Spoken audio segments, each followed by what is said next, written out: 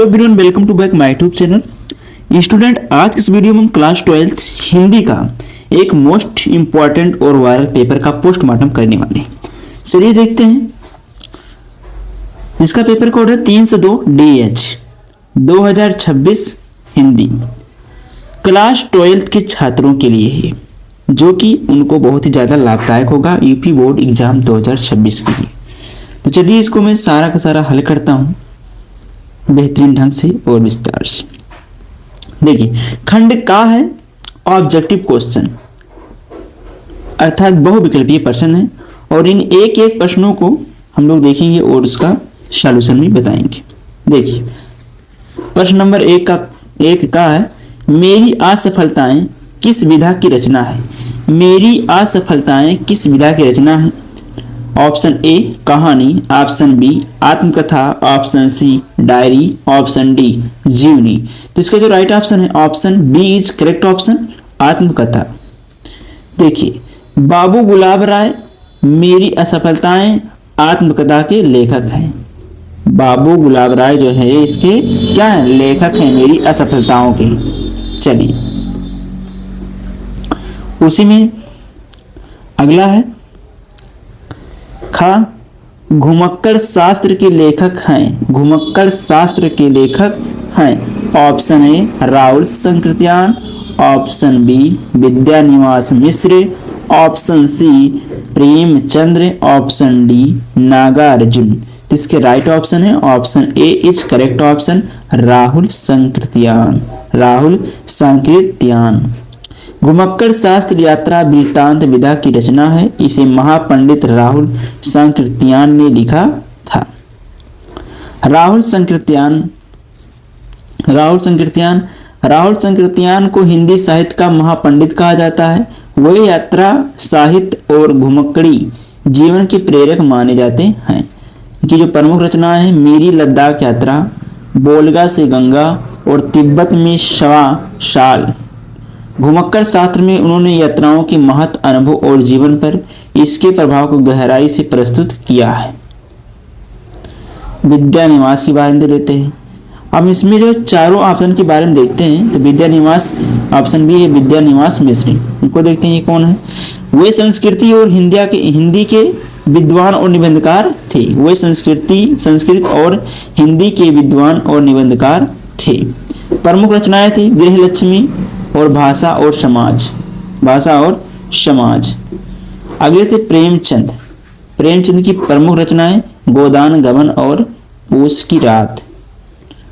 D थे नागार्जुन को जन कवि कहा जाता है। प्रमुख रचनाएं युगधारा, बलचनमा और रतिनाथ की चाची, ये नागार्जुन की रचनाएं थी। चलिए, अगला क्वेश्चन आ गया। क्वेश्चन नंबर पहला का गा है, निम्नलिखित में से कौन सा उपन्यास जैनेन्द्र द्वारा लिखित है। Option A Iravati, option B Rituchakra, option C Sunita, option D Nirmala. इसका राइट ऑप्शन है option C is correct option, Sunita उपन्यास जैनेन्द्र द्वारा लिखित है। इरावती इसे रांगे राघव ने लिखा, इरावती जो है। और ऋतुचक्र ऋतुचक्र को पांडे बेचन शर्मा उग्र की रचना है। और निर्मला इसे मुंशी प्रेमचंद्र ने लिखा था, निर्मला को। चलिए आगे बढ़ते हैं।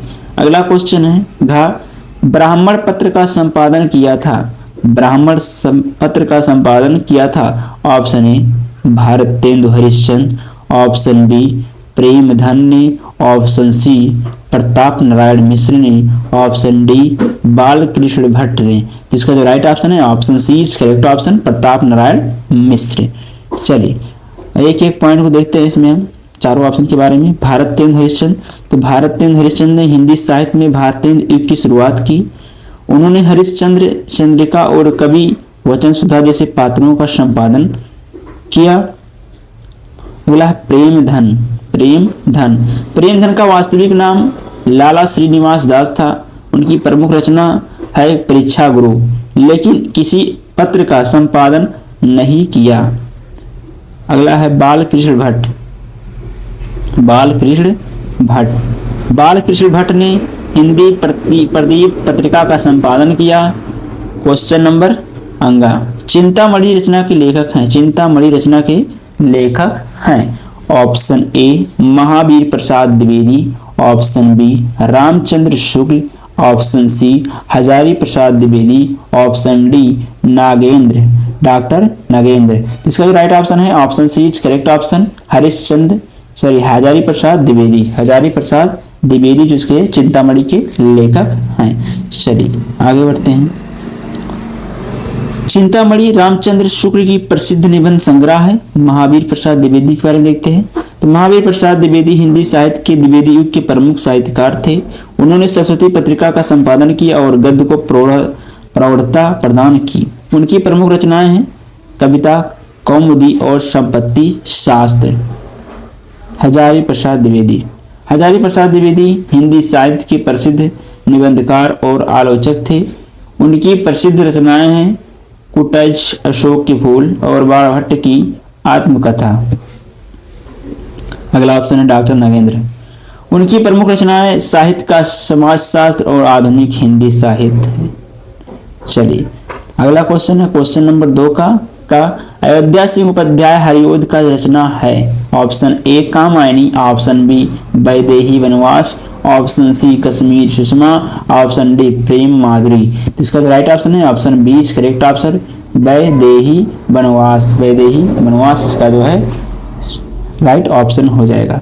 वैदेही वनवास अयोध्या सिंह उपाध्याय हरिओद का प्रसिद्ध काव्य है जो हिंदी साहित्य में उनके योगदान को दर्शाता है। कामायनी यह जयशंकर प्रसाद की प्रसिद्ध महाकाव्यात्मक कृति है। इसमें मनु और सरदा की कथा के माध्यम से भारतीय संस्कृति और दर्शन को व्यक्त किया गया है। अगला ऑप्शन था कश्मीर सुषमा।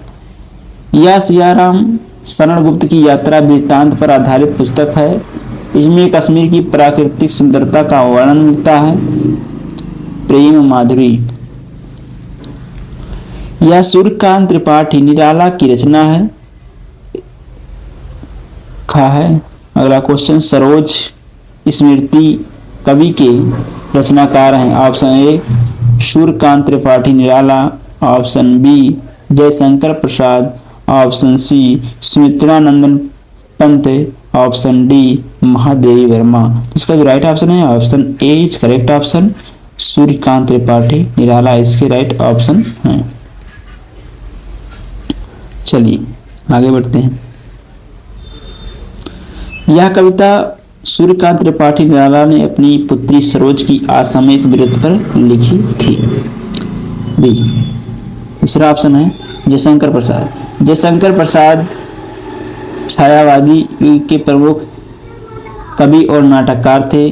उनकी प्रमुख कविताएं और कृतियां कामायनी, आंसू, झरना,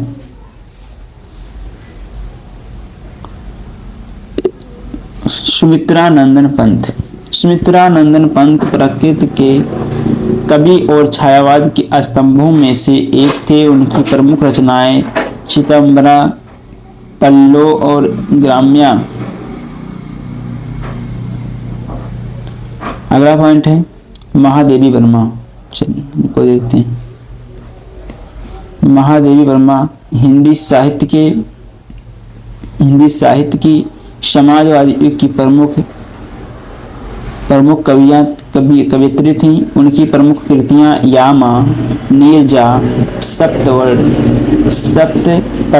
सप्तप्रड़ा। अगला क्वेश्चन है उपमान मैले हो गए हैं। किसकी जबान उपमान मैले हो गए हैं किसकी काव्य पंक्ति है। चलिए इसमें देखते हैं। ऑप्शन ए त्रिलोचन शास्त्री का, ऑप्शन बी नागार्जुन की, ऑप्शन सी मुक्तिबोध की, ऑप्शन डी अज्ञे की। इसका राइट ऑप्शन हो जाएगा option D is correct option, Agyeya की।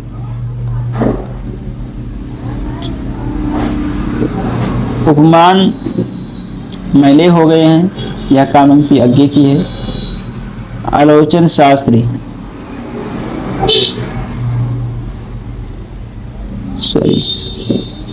त्रिलोचन शास्त्री हिंदी के प्रसिद्ध प्रगति वादी कवि थे। प्रमुख कृतियां धरती, गुलाब, बुलबुल और ताप के ताए हुए दिन।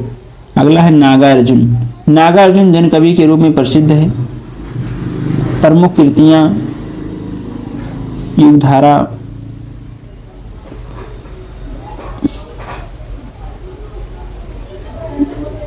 हरिजन गाथा और तपती धरती। मुक्तिबोध। प्रमुख कृतियां चांद का मुंह टेढ़ा है और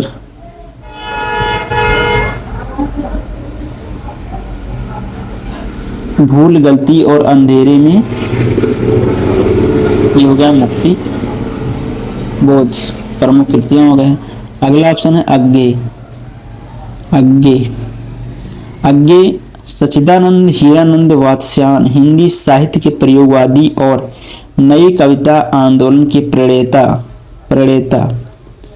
प्रमुख कृतियां हरी घास पर क्षण भर, आंगन के पार, द्वार और शेखर एक जीवनी है। अगला है एकांतवासी योगी किसकी रचना है? एकांतवासी योगी किसकी रचना है? ऑप्शन ए Maithili Sharan Gupt, option B Shridhar Pathak, option C Bal Mukund Gupt, option D Bharatendu Harishchandra. इसका जो राइट ऑप्शन है option B is correct option, Shridhar पाठक।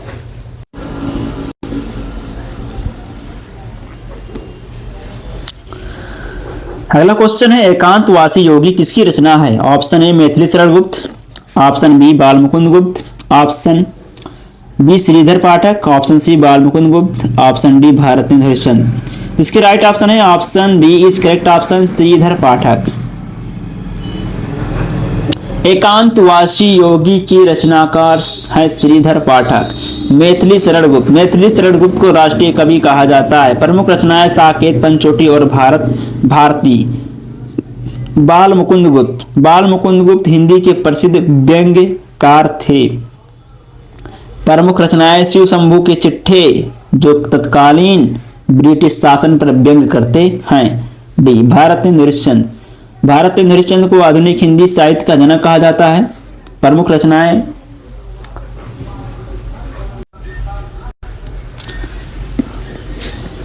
भारतेंदु हरिश्चंद्र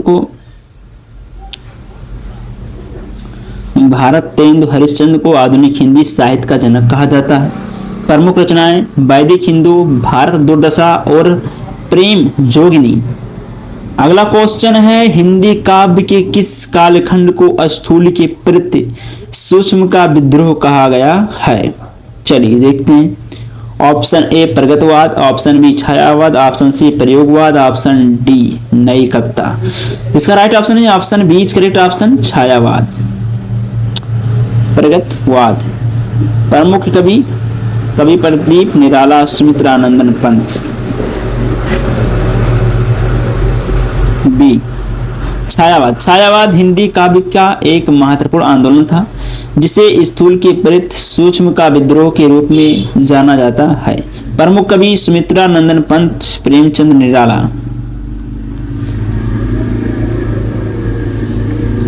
प्रयोगवाद। प्रमुख कवि मुक्तिबोध, अज्ञे, सुमित्रानंदन पंत। डी नई कविता। प्रमुख कवि निराला, मुक्तिबोध, अज्ञे, नागार्जुन। अब आ गया प्रश्न नंबर 3, इसको पढ़ते हैं।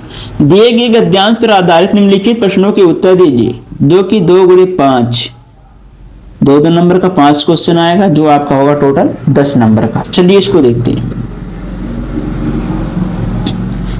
साहित्य, कला, नृत्य, गीत, आमोद प्रमोद अनेक रूपों में राष्ट्रीय जन अपने अपने मानसिक भावों को प्रकट करते हैं।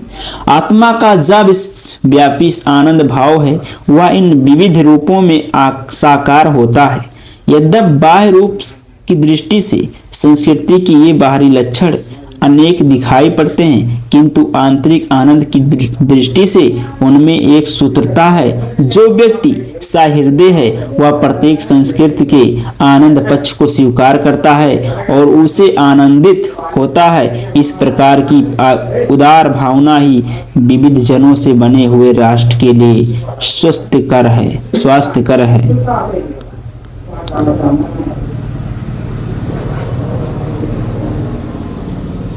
देखिए इस बॉक्स में एक चीज आपको देखने मिलेगा, ट्रिक। कह रहा है यदि गद्यांश में निम्नलिखित शब्द दिखाई पड़े तो यह गद्यांश चैप्टर राष्ट्र का स्वरूप वासुदेव सरल अग्रवाल है। ट्रिक है रा हुआ रा से राष्ट्र का स्वरूप और वा से वासुदेव सरल अग्रवाल। जैसे राष्ट्र धरती भूमि वसुंधरा भारत भूमि मातृभूमि घरती माता पृथ्वी जन संस्कृति राष्ट्रीय जन राष्ट्र संवर्धन राष्ट्रीयता साहित्य कला नृत्य गीत इत्यादि। अगर इतने सारे वर्ड आते हैं तो ये समझे कि राष्ट्र का स्वरूप नामक चैप्टर से ये पंक्ति है, जिसके लेखक वासुदेव सरल अग्रवाल जी हैं। चलिए एक क्वेश्चन को समझते हैं। पहला क्वेश्चन से पूछ रहा है उपयुक्त गद्यांश का संदर्भ लिखिए। तो पाठ का शीर्षक राष्ट्र का स्वरूप एवं पाठ के लेखक वासुदेव सरल अग्रवाल जी हैं। अगला क्वेश्चन है राष्ट्रीय जन अपने मानसिक भावों को किन रूपों में प्रकट करते हैं। तो राष्ट्रीय जन अपने मानसिक भावों को साहित्य कला नृत्य गीत और आमोद प्रमोद के विभिन्न रूपों में प्रकट करते हैं। अगला क्वेश्चन है रेखांकित अंश की व्याख्या कीजिए। रेखांकित मतलब जिस सेंटेंस के नीचे जिस वाक्य के नीचे अंडरलाइन किया गया वही क्या आपका रेखांकित अंश है। चलिए इसको देखते हैं। लेखक कहता है कि जो व्यक्ति सहृदय है वह प्रत्येक संस्कृति के आनंद पक्ष को स्वीकार करता है तथा प्रत्येक संस्कृति का सम्मान करता है और वह व्यक्ति खुद भी उससे आनंदित होता है। अगला क्वेश्चन है आंतरिक आनंद की दृष्टि से किनमें एक सूत्रता है। इसका उत्तर है आंतरिक आनंद की दृष्टि से साहित्य कला नृत्य गीत और आमोद प्रमोद के विभिन्न रूपों में एक सूत्रता है। इन सभी रूपों में आनंद का तत्व समान होता है जो उन्हें जोड़ता है। अगला क्वेश्चन है कौन सी भावना राष्ट्र के लिए स्वस्थकर है। तो जो व्यक्ति सहृदय है और प्रत्येक संस्कृति के आनंद के पक्ष को स्वीकार करता है वही उदार भावना राष्ट्र के लिए स्वास्थ्यकर है। अथवा पुष्पित अशोक को देखकर मेरा मन उदास हो जाता है इसलिए नहीं कि सुंदर वस्तुओं को हत्य भाग्य समझने में मुझे कोई विशेष रस मिलता है। कुछ लोगों को मिलता है वे बहुत दूरदर्शी होते हैं, जो भी सामने पड़ गया उसके जीवन के अंतिम मुहूर्त तक का हिसाब वो लगा लेते हैं। मेरी दृष्टि उतनी दूर तक नहीं जाती फिर भी मेरा मन इस फूल को देखकर उदास हो जाता है। असली कारण तो मेरे अंतर्यामी ही जानते होंगे, कुछ थोड़ा सा मैं भी अनुमान कर सकता हूँ। चलिए तो ये जो गद्यांश है जो पेपर का सलूशन बता रहा हूँ बहुत ज़्यादा महत्वपूर्ण है आपके बोर्ड एग्जाम की दृष्टि से, जिसको आप पूरा बेहतरीन ढंग से लिख करके पढ़ सकते हैं, याद करेंगे, इससे आपका बोर्ड एग्जाम में बहुत ज़्यादा स्कोर इंप्रूव होगा। चलिए इसमें देखिए कह रहा पहला क्वेश्चन उपयुक्त गद्यांश का संदर्भ लिखिए। तो पाठ का शीर्षक अशोक के फूल एवं पाठ के लेखक हजारी प्रसाद द्विवेदी। मैंने वीडियो बना चुका हूं कि किसी भी गद्यांश को पहचानते कैसे हैं उसका ट्रिक बता दिया हूं, तो जाके आप उस वीडियो को देख सकते हैं। चलिए इसमें देखिए अगला क्वेश्चन कह रहा है रेखांकित अंश की व्याख्या कीजिए। रेखांकित अंश की व्याख्या कीजिए। इसमें देखिए लेखक कहता है कि जब वह पुष्पित अशोक अर्थात अशोक के खिले हुए फूलों को देखता है तो वह उदास हो जाता है। लेखक अपनी उदासी का कारण स्पष्ट करते हुए कहता है कि वह इसलिए उदास नहीं है कि अशोक के पुष्प अत्यधिक सुंदर हैं या उनकी सुंदरता से उसे कोई ईर्ष्या हो रही है। अगला क्वेश्चन है गद्यांश के लेखक ने स्वयं के बारे में क्या कहा। चलिए इसका उत्तर देखते हैं। लेखक ने कहा कि वह दूरदर्शी नहीं है और जो भी उसके सामने होता है उसे अंतिम प्रमाण तक देखने की कोशिश नहीं करता। उसकी सोच वर्तमान तक सीमित रहती है। वह अपनी भावनाओं और उदासी का सही कारण पूरी तरह नहीं समझ पाता है और इसे अंतर्यामी पर छोड़ देता है। अगला क्वेश्चन है प्रस्तुत गद्यांश का उद्देश्य स्पष्ट कीजिए। गद्यांश का उद्देश्य मानव मन की संवेदनशीलता और सुंदरता के प्रति उसके संबंध को व्यक्त करना है। इसमें यह दिखाया गया है कि कैसे एक साधारण दृश्य जैसे पुष्पित अशोक लेखक के मन में उदासी सा गहराई से जुड़े भावनात्मक विचार उत्पन्न कर सकता है। अगला क्वेश्चन है अंतर्यामी और दूरदर्शी शब्दों के अर्थ लिखिए। अंतर्यामी वह जो किसी के मन और आत्मा के गुप्त विचारों और भावनाओं को जानता हो, सर्वज्ञ भगवान, दूरदर्शी, वह भविष्य की संभावनाओं को भली भांति समझने और विचार करने में सक्षम हो। अगला क्वेश्चन आपका आ गया प्रश्न नंबर 4, दिए गए पद्यांश पर आधारित निम्नलिखित प्रश्नों के उत्तर दीजिए। ये भी क्या आपका 10 नंबर का है, 2 गुणे 5 यानी 2-2 नंबर का 5 क्वेश्चन। और चलिए इसको देखते हैं। विस्तृत नभ का कोई कोना, मेरा न कभी अपना होना, परिचय इतना इतिहास ही, उमड़ी कल थी मिट आज चली। उपयुक्त पद्यांश का संदर्भ लिखिए। इसका संदर्भ है प्रस्तुत पद्यांश हमारी हिंदी पाठ्य पुस्तक में संकलित महादेवी वर्मा द्वारा रचित गीत 3 शीर्षक गीत से उद्धृत है। चलिए अब आ गया रेखांकित अंश की व्याख्या कीजिए। रेखांकित अंश की व्याख्या कीजिए। आइए इसको देखते हैं। जिस प्रकार आकाश के अत्यधिक विस्तृत भाग में फैले हुए होने के उपरांत भी बादल को वहां पर अस्थायित्व प्राप्त नहीं होता और अपने संपूर्ण जीवन काल में इधर उधर घूमता रहता है, उसी प्रकार मुझे भी इस विशाल भूभाग अर्थात संसार में अस्थायित्व प्राप्त नहीं हुआ। अगला क्वेश्चन है, कवयित्री अपने मन की तुलना किसके साथ करती है? कवयित्री अपने मन की तुलना विस्तृत नभ यानी आकाश और पृथ्वी के परिवर्तनशील तत्वों से करती है। उन्होंने जीवन को उस बादल का या भावनाओं की तरह देखा जो एक क्षण में प्रकट होते हैं और अगले क्षण में विलीन हो जाते हैं। अगला क्वेश्चन है, उपयुक्त अंश में कौन सा रस है? उपयुक्त अंश में कौन सा रस है? तो इस अंश में शांत रस की अभिव्यक्ति है। यह जीवन की नश्वरता और स्वीकार्यता को दर्शाता है, जिसमें त्याग और वैराग्य का भाव निहित है। अगला क्वेश्चन है, यह पद्यांश किस भावना को प्रकट करता है? इसका उत्तर हो जाएगा, यह पद्यांश जीवन की अस्थिरता, नश्वरता और क्षणभंगुरता को प्रकट करता है। अथवा करके एक और दिया है, सुख भोग खोजने आते सब, आए तुम करने सत्य खोज, जग की मिट्टी के पुतले जन, तुम आत्मा के मन के मनोज, जड़ता हिंसा स्पर्धा में भर, चेतना अहिंसा नाम ओज, पशुता का पंकज बना दिया तुमने मानवता का सरोज।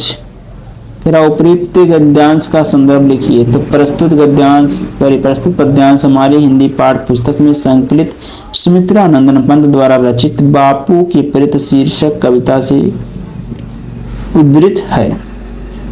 चलिए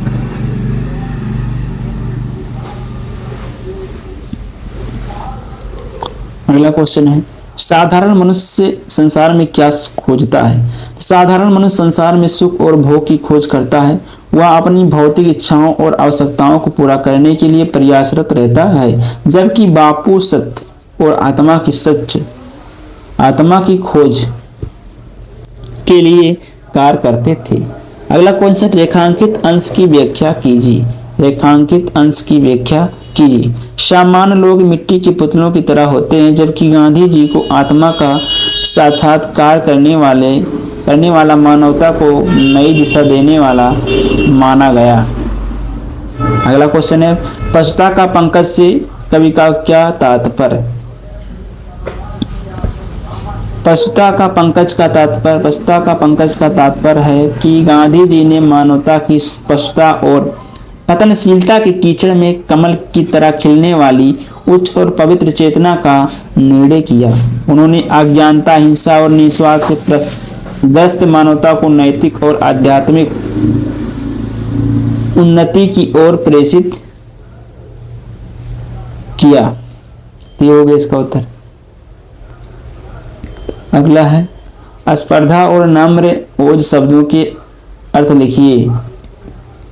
स्पर्धा, प्रतिस्पर्धा, होड़ या किसी से आगे बढ़ने की संभावना। नम्र नमाज, नम्र ओज, विनम्रता और आध्यात्मिक विनम्रता और आत्मिक शक्ति का संयोजन जिसमें सौम्यता और दृढ़ता का सामंजस्य हो।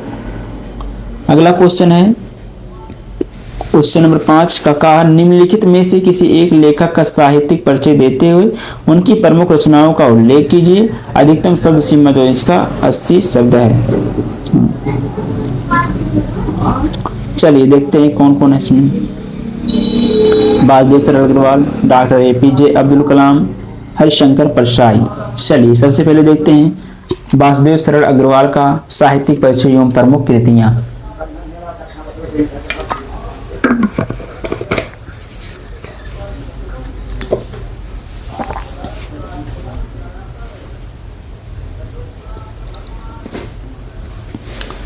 पुरातत्व और भारतीय संस्कृति की अमर व्याख्याता वासुदेव सरल अग्रवाल का जन्म 7 अगस्त 1904 ईस्वी में लखनऊ के प्रतिष्ठित वैश्य परिवार में हुआ था। इनका बाल्यकाल लखनऊ में ही व्यतीत हुआ था। बचपन से इनकी बुद्धि की प्रखरता अध्ययन के क्षेत्र में सहायक सिद्ध हुई, इसलिए इन्होंने अपनी अल्पायु में ही काशी विश्वविद्यालय से बीए और लखनऊ विश्वविद्यालय से एमए,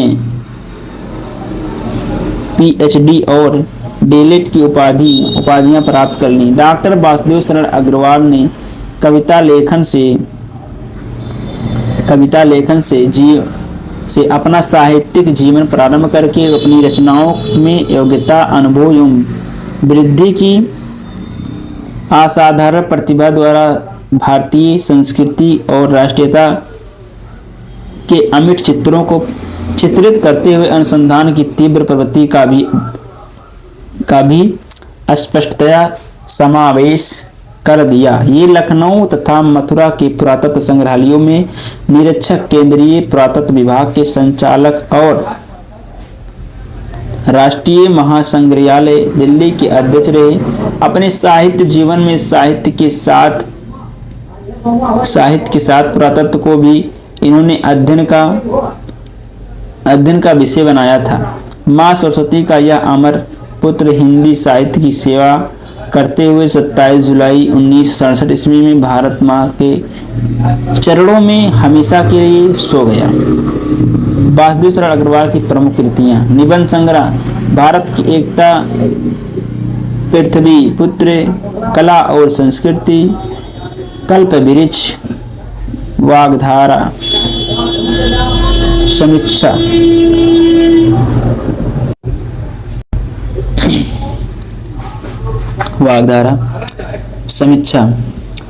मलिक मोहम्मद जायसी कृत पद्मावत तथा कालिदास कृत मेघदूत की संजीवनी व्याख्या। शोधग्रंथ प्राचीन कालीन भारत।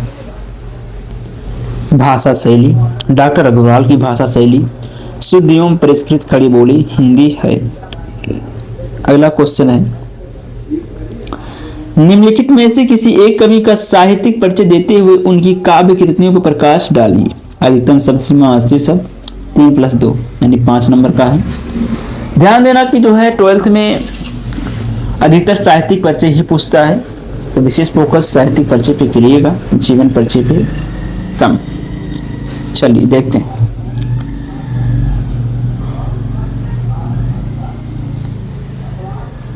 पहला है मैथिली सरल गुप्त, दूसरा सुमित्रानंदन पंत और तीसरा है सच्चिदानंद हीरानंद वात्स्यन आज्ञे। चलिए मैथिली सरल गुप्त की साहित्यिक परिचयों प्रमुख कृतियां देखते हैं। मैथिली सरल गुप्त का जन्म चिरांव झांसी में 3 अगस्त 1886 ईस्वी में हुआ था। आचार्य महावीर प्रसाद द्विवेदी के सानिध्य में इनकी काव्य प्रतिभा मुखरती हुई तथा कविता में देशभक्ति व राष्ट्र प्रेम का पुट होने के कारण हिंदी साहित्य संसार ने सभी राष्ट्र कवि का सम्मान दिया। राष्ट्रपति द्वारा संसद के सदस्य मनोनीत किए गए तथा जीवन पर्यंत साहित्य विसाधना की। 12 दिसंबर 1964 ईस्वी में इस राष्ट्र कवि का देहांत हो गया। मैथिली सरल गुप्त एक युग पुरुष के रूप में हिंदी में अवतरित हुई। उन्होंने हिंदी को अपनी प्रतिभा के स्पर्श से जो संजीवनी शक्ति प्रदान की तथा राष्ट्र की गुप्त चेतना को जगाकर उसे जो वाणी दी उसी के फलस्वरूप वे जनमन के सर्वाधिक प्रिय कवि बन गए और उन्हें भारतीय जनता ने सच्चे हृदय से राष्ट्र कवि की महनीय उपाधि से विभूषित किया। गुप्त जी की रचना में आर्य संस्कृत और मर्यादा का भली भांति समर्थन हुआ। मैथिली शरण गुप्त की प्रमुख कृतियां: मौलिक काव्य, भारत भारती, जयद्रथ वंध, पंचवटी, साकेत, यशोधरा, द्वापर, सिद्धराज, नहुस, रंग में भंग, काबा और करबला, वक्सहार, विष्णु प्रिया, जय भारत आदि। अनुदित काव्य: मेघनाथ वध, ब्रजभाषा, बीरहिणी, विरंगना, पलासी का युद्ध, नाटक, तिलोत्तमा, चंद्रहास, अनघ। प्रश्न नंबर 6, ध्रुव यात्रा अथवा बहादुर कहानी के उद्देश्य पर प्रकाश डालिए। अधिकतम शब्द सीमा 80 शब्द। अथवा पंचलाइट कहानी का सारांश अपने शब्दों में लिखिए। अधिकतम शब्द सीमा 80 शब्द। इनमें से कोई एक करना जिसमें आपको 5 नंबर मिल जाएंगे अगर आप कर देते हैं। चलिए देखते हैं पंचलाइट कहानी का सारांश। लेखक फणीश्वर नाथ रेणु की कहानी पंचलाइट ग्रामीण जीवन में सरलता और सामूहिकता के माध्यम से भारतीय समाज की सांस्कृतिक झलक प्रस्तुत करती है और यह कहानी एक गांव के लोगों और उनके द्वारा खरीदी गई पंचलाइट की कहानी है।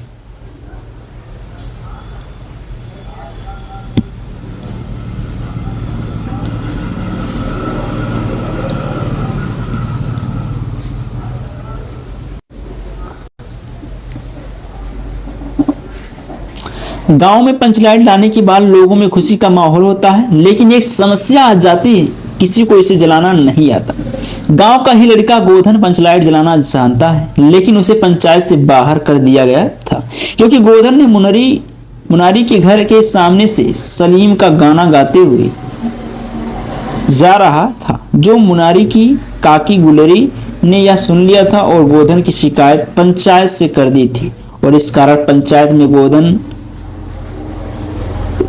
गोधन को गांव से निकाल रखा था। जब पंचलाइट जलाने में असमर्थता से गांव की प्रतिष्ठा दांव पर लगती है तो अंततः गोधन को बुलाया जाता है।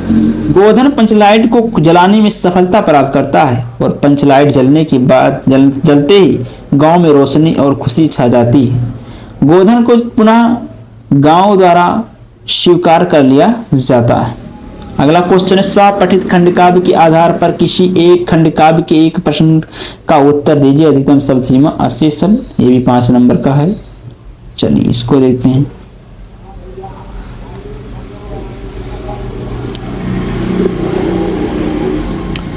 देखिए यहां दिया है किस जिले में कौन सा खंडकाव्य चलता है उसके बारे में आप यहां देख सकते होंगे।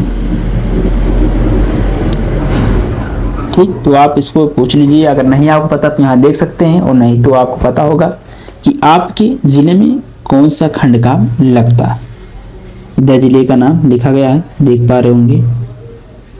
चलिए ये सारा सब कुछ दिया है और आप इसको देख करके जो भी आपके जिले में लग रहा है, जो भी आपके जिले में पूछा जा रहा है, जो भी खंडकाव्य, उसको आप लिख करके अपने बोर्ड एग्जाम में अपना जो अच्छा स्कोर इंप्रूव कर पाएंगे।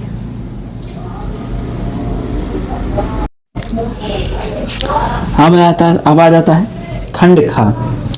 खंड खा का पहला क्वेश्चन और प्रश्न नंबर 8 का है, दिए गए संस्कृत गद्यांशों में से किसी एक का ससंदर्भ हिंदी में अनुवाद कीजिए, जो 2+5 यानी 7 नंबर का है। देखिए यहाँ पे ये संस्कृत का दिया गया है पंक्ति। युका मालविया स्युकेन प्रभावपूर्ण भाषणेन जननम मनांस अमोहत अतः अस्य सुहदा स्ताप प्राण विवाका पदवी प्राप्य देशस श्रेष्ठतराम सेवाम कृतिम प्रेरितवन्तः तदनुसारम अयम विधि परीक्षा मुत्रीय प्रयागस्थे उच्च न्यायालय प्राण विवाह क्रम कर्तुमारभत विधे प्रकृष्ट ज्ञानेन मधुरालापेन उदार व्यवहारेण चायाम शीघ्रमेव मित्राणाम न्यायाधीशा सम्मान भजनम भवत। अथवा करके भी दिया है एक पंक्ति आप देख पा रहे होंगे। संस्कृत साहित्य से आदि कवि वाल्मीकि का महर्षि व्यासा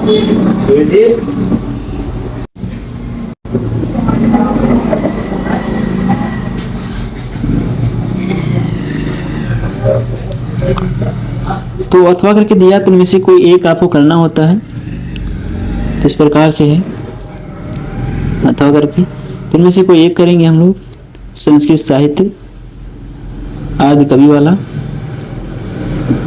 ये वाला हम लोग कर लेते हैं अथवा वाला जो है। देखिए इसमें संदर्भ लिखेंगे। प्रस्तुत संस्कृत गद्यांश पाठ्य पुस्तक संस्कृत दिग्दर्शिका के संस्कृत भाषा महत्वम नामक पाठ से अवतरित है।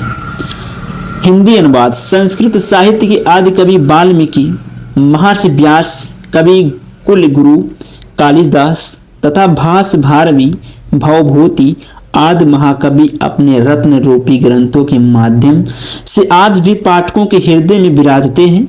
यह भाषा हम सभी के लिए माता के समान सम्माननीय तथा वंदनीय है, जिससे भारत माता की स्वतंत्रता, गौरव, अखंडता, संस्कृति एकता तथा संस्कृति को सुरक्षित रखा जा सकता है। यह संस्कृत भाषा सभी भाषाओं में प्राचीनतम तथा श्रेष्ठ है। अतः ठीक ही कहा गया है, देव भाषा संस्कृत सभी भाषाओं में प्रधान, मधुर व दिव्य है। तो ये हो गया। अगला क्वेश्चन देखते हैं। कह रहा दिए गए पद्यांश में से किसी एक सासंद्र हिंदी में अनुवाद कीजिए। ये भी आपका 7 नंबर 2+5। चलिए इसमें कह रहा है नामे रोचते भद्रम व उलूकास्याभिचेनम अक्रुद्धस्य मुखम पश्य कथम क्रुद्धो भविष्यति। इसका संदर्भ लिखेंगे। प्रस्तुत पद्यांश हमारी पाठ पुस्तक संस्कृत दिग्दर्शिका के जातक कथा नामक पाठ के उल्लूक जातम नामक खंड से लिया गया है। अनुवाद है, मुझे इन भद्र जनों के बीच इस उल्लू का राज्याभिषेक रुचिकर नहीं लग रहा है। बिना क्रोध की अवस्था में इसका मुख देखो, क्रोध की अवस्था में इसका मुख कैसा हो जाएगा। अथवा करके दिया है, जल बिंदु निपातेन क्रमशः पीवटे घटा सा हेतु सर्व विद्यानाम धर्मस्य च धनस्य च। इसका संदर्भ है, संस्कृत श्लोक हमारी पाठ पुस्तक संस्कृत दिग्दर्शिका के सुभाषित रत्नान नामक पाठ से उद्धृत है। अनुवाद, बूंद बूंद जल से क्रमशः घड़ा भर जाता है, यही सभी विद्याओं, धर्म तथा धन का हेतु कारण है। यहाँ कहने का तात्पर्य यह कि विद्या, धर्म, धन की प्राप्ति के लिए उद्यम के साथ साथ धैर्य का होना भी आवश्यक है, क्योंकि इन तीनों का संचय धीरे धीरे ही होता है। प्रश्नोत्तर नंबर 9। निम्नलिखित मुहावरों और लोकोक्तियों में से किसी एक का अर्थ लिखकर वाक्य में प्रयोग कीजिए।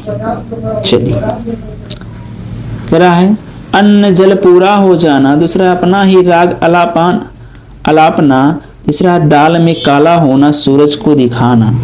पहला अन्न जल पूरा हो जाना मतलब मृत्यु हो जाना, इसका अर्थ है मृत्यु हो जाना। वाक्य प्रयोग, सुरेश के पिताजी की आयु अधिक हो गई जिससे उनकी मृत्यु हो गई, अब उनका अन्न जल पूरा हो गया।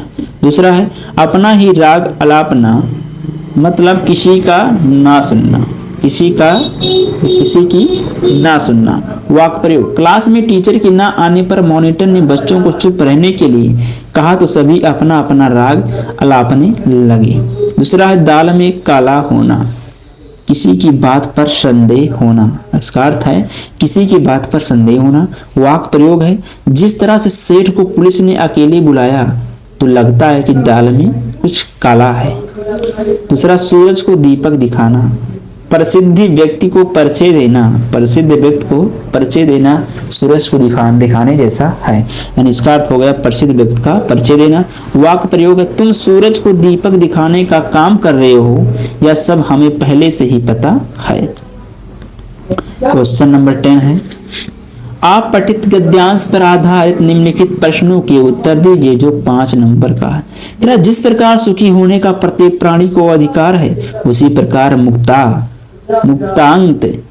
होने का भी पर कर क्षेत्र के चक्रव्यूह में पड़कर जिस प्रकार सुखी होना प्रयत्न साध्य होता है, उसी प्रकार निर्भय होना भी निर्भयता के संपादन के लिए 2 बातें अपेक्षित होती है। पहली तो कि दूसरों को हमसे किसी प्रकार का भय या कष्ट ना हो, दूसरी यह कि दूसरे हमको कष्ट भय पहुंचाने का साहस ना करें। इनमें से एक का संबंध उत्कृष्ट शील से है और दूसरी का शक्ति और पुरुषार्थ से है। इस संसार में किसी को ना डराने से ही डरने की संभावना दूर नहीं हो सकती। साधु से साधु प्रकृति वाले को क्रूर लोभियों और दर्जनों सो क्लेश पहुंचता है, अतः उनके प्रयत्नों को विफल करने या भय संचार द्वारा रोकने की आवश्यकता से हम बच नहीं सकते। पहला क्वेश्चन कह रहा है सुखी होने के साथ साथ क्या होना प्रयत्न साध्य होता है। इसका उत्तर है उपयुक्त गद्यांश के अनुसार सुखी होने के साथ निर्भय होना भी प्रयत्न साध्य होता है। अगला क्वेश्चन है,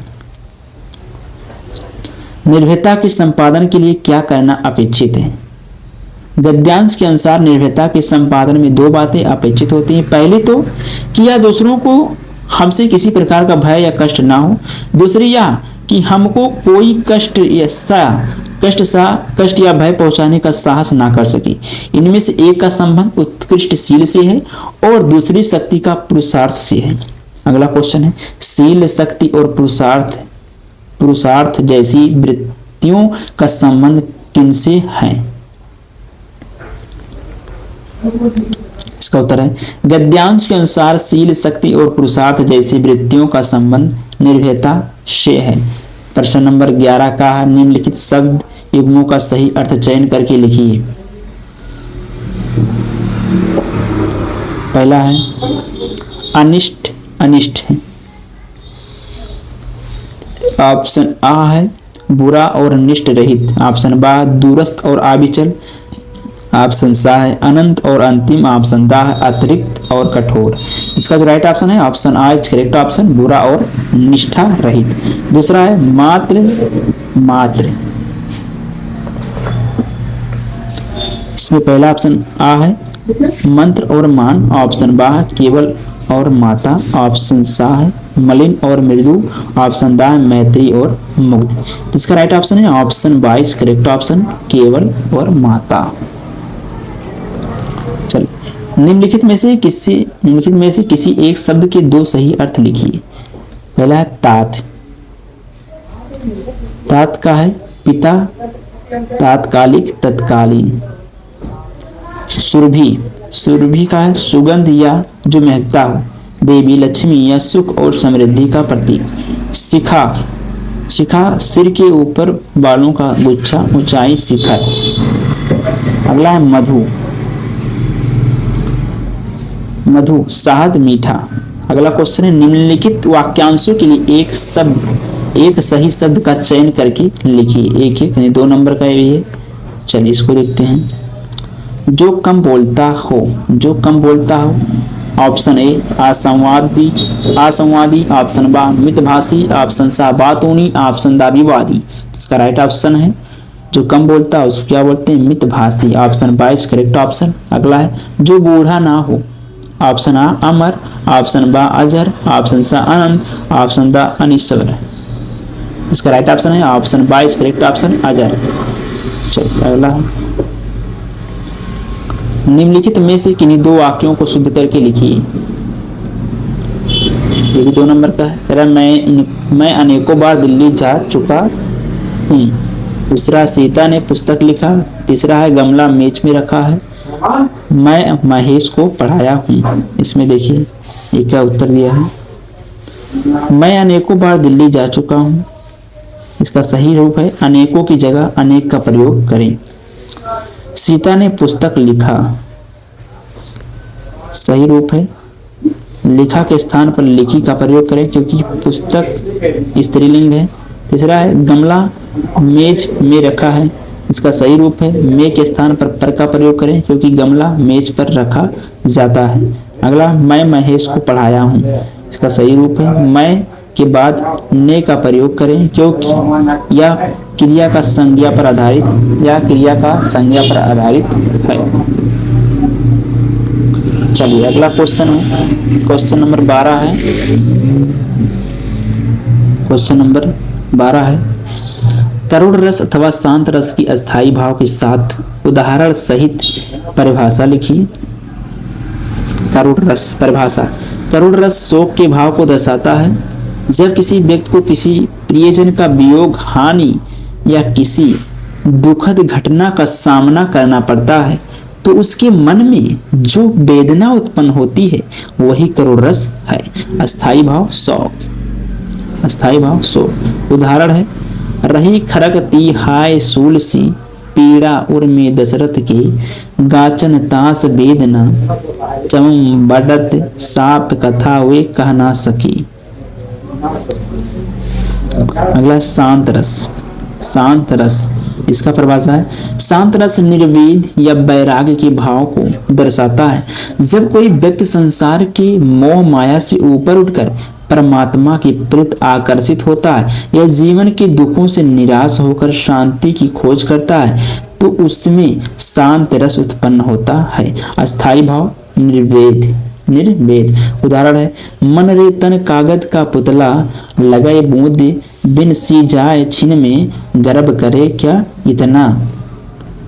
अगला क्वेश्चन है, अनुप्रास अथवा उत्प्रेक्षा अलंकार का लक्षण उदाहरण लिखिए। चलिए अनुप्रास अलंकार, अनुप्रास अलंकार वह अलंकार है जिसमें किसी कविता या काव्य रचनाओं में एक जैसे ध्वनि के या समान वर्णों का पुनरावृत्ति होती है तो उसे अनुप्रास अलंकार कहते हैं। उदाहरण है, चमचम चमकते चांद चढ़े, चुपके चुपके चांदनी छाई, यहाँ चाँद ध्वनि का पुनरावृत्ति हो रही है, जो अनुप्रास अलंकार का उदाहरण है। अगला है उत्प्रेक्षा अलंकार, परिभाषा इसका देखिए। उत्प्रेक्षा अलंकार वह अलंकार है जिसमें किसी वस्तु, व्यक्ति या घटना का तुलना दूसरी वस्तु, व्यक्ति या घटना से की जाती है जिससे वह अधिक प्रभावपूर्ण और गहरी भावनाओं से जुड़ी प्रतीत होती है। इसमें किसी वस्तु की विशेषता को किसी अन्य वस्तु या घटना से जोड़कर व्यक्त किया जाता है। उदाहरण है, वह लड़का फूल की तरह महकता है। यहाँ लड़के की सुंदरता या प्यारी गंध को फूल से जोड़ा गया है जिससे उसकी विशेषता और अधिक प्रभावशाली बन जाती। अगला क्वेश्चन है, चौपाई अथवा दोहा छंद का लक्षण तथा उदाहरण लिखिए। चौपाई छंद, चौपाई छंद 4 वर्णों का एक छंद है। प्रत्येक चरण में 16 मात्राएं होती हैं। उदाहरण, जय हनुमान ज्ञान गुण सागर, जय कपीस तिहु लोक उजागर, रामदूत अतुलित बालधामा, अंजनी पुत्र पवन सुत नामा। ये हो गया। अगला है दोहा छंद, इसका परिभाषा देखिए। दोहा छंद 4 वर्णों का एक छंद है। इसके पहले और तीसरे चरण में 13-13 मात्राएं होती हैं और दूसरे और चौथे चरण में 11-11 मात्राएं होती हैं। उदाहरण है, श्री गुरुचरण सरोज रज, निज मन मुकुट सुधारी, बरनऊ रघुवर विमल जस, जो दायक फल चारे।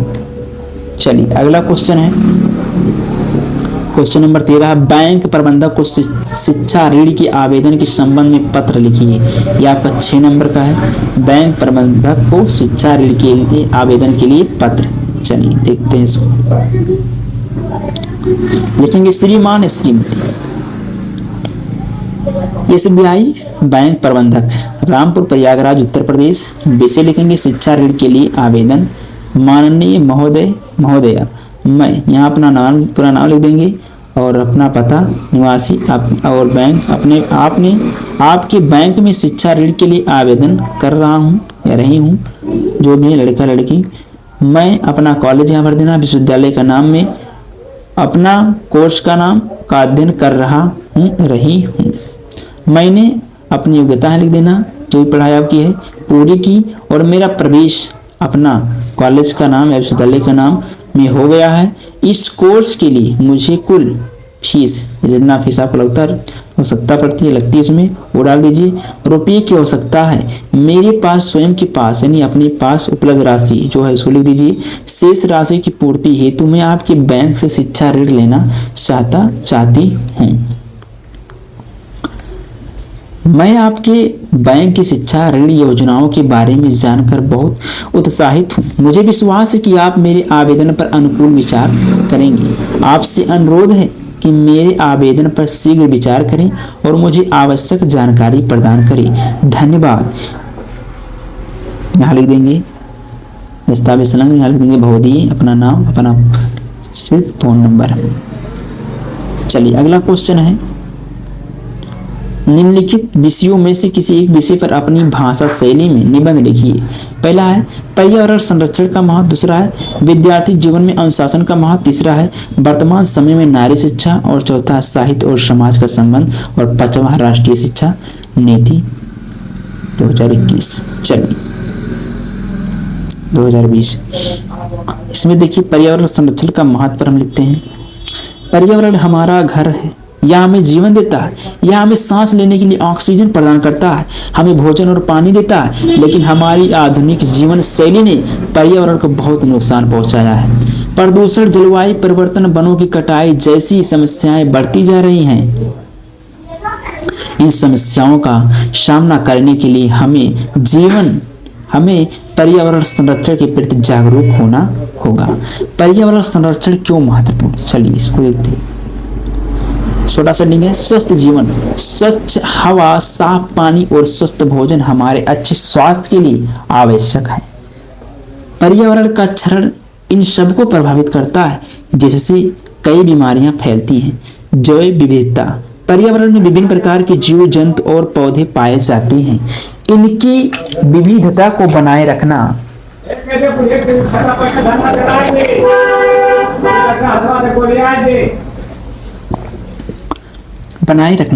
हमारे पारिस्थितिक तंत्र के लिए आवश्यक है।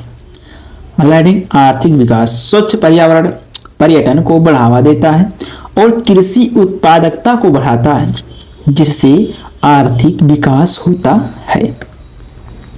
भविष्य की पीढ़ियां, अगर हमने पर्यावरण को बचाने के लिए कोई कदम नहीं उठाया तो आने वाली पीढ़ियों को बहुत मुश्किलों का सामना करना पड़ेगा। पर्यावरण संरक्षण के उपाय, पेड़ लगाएं। पेड़ कार्बन डाइऑक्साइड को अवशोषित करते हैं और ऑक्सीजन छोड़ते हैं। ऊर्जा का बचाव करें। बिजली, पानी और अन्य संसाधनों का कम से कम उपयोग करें। कचरे का पुनर्चक्रण करें। कचरे को अलग अलग करके पुनर्चक्रण के लिए भेजें। सार्वजनिक परिवहन का उपयोग करें। निजी वाहनों के उपयोग को कम करके प्रदूषण को कम किया जा सकता है। जल संरक्षण, पानी को बर्बाद ना करें और बारिश के पानी को एकत्रित करें। निष्कर्ष, पर्यावरण संरक्षण हम सभी की जिम्मेदारी है। हमें अपने दैनिक जीवन में छोटे छोटे बदलाव करके पर्यावरण को बचाने में योगदान देना चाहिए। आइए हम सब मिलकर एक स्वच्छ और हरा भरा पर्यावरण बनाने का संकल्प लें। दूसरा निबंध है, आपको जिस भी टॉपिक पे आपको याद रहेगा वहां लिख देना। एक बार पढ़ लेंगे आप, एक बार इस वीडियो को देख लेंगे तो आपको याद करने की जरूरत नहीं होगी, बस आप पढ़े रहिए। दूसरा है वर्तमान समय में नारी शिक्षा। नारी शिक्षा आज के समय में एक महत्वपूर्ण विषय बन गया है। यह न केवल व्यक्तिगत जीवन के लिए बल्कि समाज और राष्ट्र के विकास के लिए भी अत्यंत आवश्यक है। नारी शिक्षा का महत्व, हेडिंग सशक्तिकरण है। शिक्षा महिलाओं को आत्मनिर्भर बनाती है, वे अपने निर्णय स्वयं ले सकती हैं और समाज में अपनी पहचान बना सकती हैं। सामाजिक विकास, शिक्षित महिलाएं समाज में सकारात्मक बदलाव ला सकती हैं। वे कुरीतियों और अंधविश्वासों को चुनौती देती हैं और समाज को जागरूक करती हैं। आर्थिक विकास, शिक्षित महिलाएं रोजगार के अधिक अवसर प्राप्त कर सकती हैं और परिवार की आर्थिक स्थिति में सुधार ला सकती हैं। बच्चों का विकास, शिक्षित माताएं अपने बच्चों को बेहतर शिक्षा दे सकती हैं और उनके सर्वांगीण विकास में योगदान दे सकती हैं।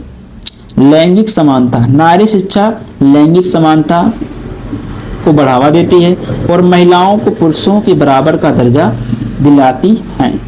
वर्तमान स्थिति,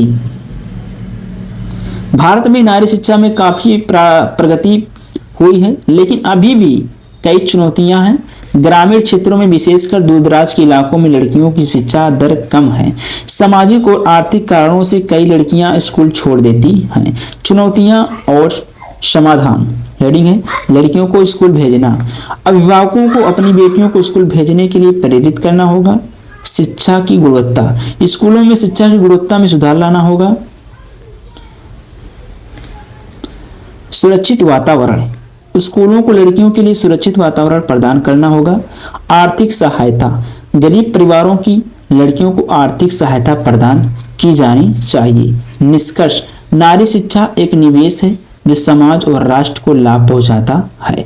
हम सभी को मिलकर प्रयास करना चाहिए कि हर लड़की को शिक्षा का अधिकार मिले। शिक्षित महिलाएं ही एक सशक्त और विकसित समाज का निर्माण कर सकती हैं। अगला निबंध है विद्यार्थी जीवन में अनुशासन का महत्व। सारे के सारे इंपॉर्टेंट हैं, चलिए इसको देखते हैं। अनुशासन जीवन का एक महत्वपूर्ण आधार है।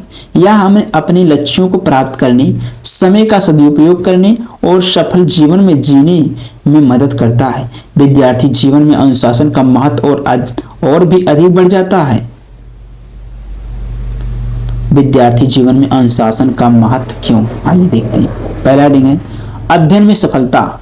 अनुशासन एक छात्र को अपनी पढ़ाई पर ध्यान केंद्रित करने में मदद करता है। नियमित अध्ययन, समय पर होमवर्क पूरा करना और परीक्षाओं की तैयारी करना अनुशासन का परिणाम होता है। दूसरा, समय का सदुपयोग करना। अनुशासित छात्र अपने समय का प्रबंधन करना जानते हैं। वे व्यर्थ के कार्यों में समय बर्बाद नहीं करते, बल्कि अपने लक्ष्यों को प्राप्त करने के लिए समय का सदुपयोग करते हैं। व्यक्तित्व विकास, अनुशासन एक छात्र के व्यक्तित्व का विकास करता है। यह उन्हें स्वयं पर नियंत्रण रखना, धैर्य रखना, चुनौतियों का सामना करने की क्षमता प्रदान करता है। समाज में योगदान, अनुशासित छात्र एक अच्छे नागरिक बनते हैं। वे समाज के नियमों का पालन करते हैं और समाज के विकास में योगदान देते हैं। आत्मविश्वास में वृद्धि, अनुशासन से आत्मविश्वास बढ़ता है। जब एक छात्र जानता है कि वह अपने लक्ष्यों को प्राप्त करने के लिए प्रतिबद्ध है, तो वह अधिक आत्मविश्वासी महसूस करता है। विद्यार्थी जीवन में अनुशासन कैसे लाया जा सकता है? हेडिंग है लक्ष्य निर्धारण। स्पष्ट और यथार्थवादी लक्ष्य निर्धारित करें। समय सारणी, एक समय सारणी बनाएं और उसका पालन करें। अध्ययन का नियमित समय, प्रतिदिन एक निश्चित समय अध्ययन के लिए निर्धारित करें। दूसरा, ध्यान केंद्रित करने की आदत डालें। अध्ययन करते समय ध्यान भटकाने वाली चीजों से दूर रहें। स्वस्थ जीवन शैली, नियमित रूप से व्यायाम करें, स्वस्थ भोजन लें और पर्याप्त नींद लें। सकारात्मक सोच रखें और खुद पर विश्वास करें। निष्कर्ष, अनुशासन एक छात्र के जीवन में सफलता की कुंजी है। अनुशासित छात्र ही अपने लक्ष्यों को प्राप्त कर सकते हैं और एक सफल जीवन जी सकते हैं। इसलिए हमें विद्यार्थी जीवन से ही अनुशासन का महत्व समझना चाहिए और इसे अपने जीवन में अपनाना चाहिए। तो ये था आज का वायरल पेपर और उसका सारा का सारा सलूशन आज इस वीडियो में हमने बता दिया है। तो आई होप आप सभी को ये वीडियो पसंद आया होगा। तो प्लीज़ वीडियो को लाइक करिए, शेयर करिए, सब्सक्राइब करिए और हमें सपोर्ट करिए। तो आज के लिए इतना ही, मिलते हैं नेक्स्ट वीडियो में। तब तक के लिए पढ़ते रहिए, मस्त रहिए। जय हिंद, जय भारत।